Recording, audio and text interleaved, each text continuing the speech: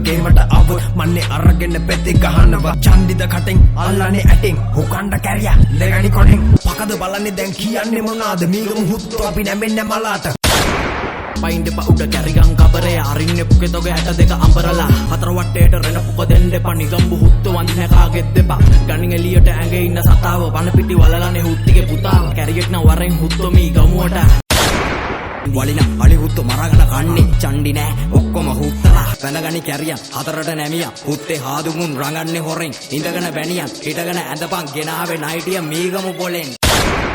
අල්ලන්න එන්නෙම අපේ ගීසිරයක් බුකේ අරිනවා අල්ලන් සති දෙකක් පකහංග කෙලින ඇට දෙකේ දිව දෙකේ කතා කියපන් එකේ පකේ චණ්ඩිගේ අල්ලන්නේ කන්නේම තොපි අනින්ද හදන්නේ වටෙන්න සුදු පොඩි තොපි උස්සයිද බක හරි මැදෙන් තව ගස්සන්නේ දන්න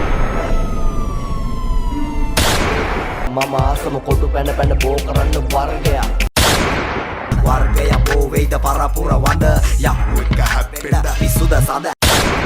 එපා කරන්නේ රැප්ම රැපාලට මොකටද මං රිද්දන්නේ මම වඩන් හදපු බබාලට අපි ගැන ගෝතයෝ බොරු මාධ්‍ය පළ කරා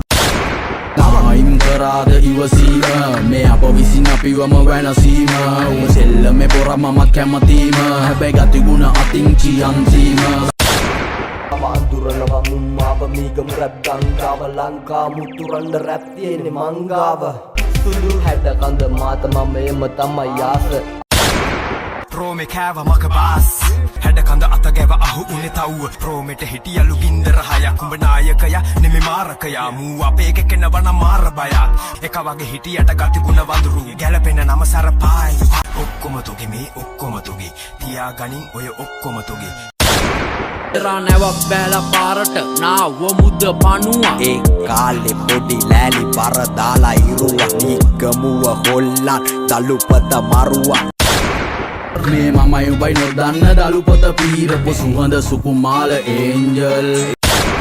සැකවෙන්ඩ හදයි මේකේ ගෝතයෝ අමන මම නැති කාලේ කෝ මේකේ රඟපාපු ලන්ද අපතයෝ ලැග්ග හින්දා සෙල්ලම ගඳ දිවට දිව ගාලා හිටියේ දිව දෙකේ සත්තු අනාචාරය හැසිරෙද්දී දානවා තට්ටු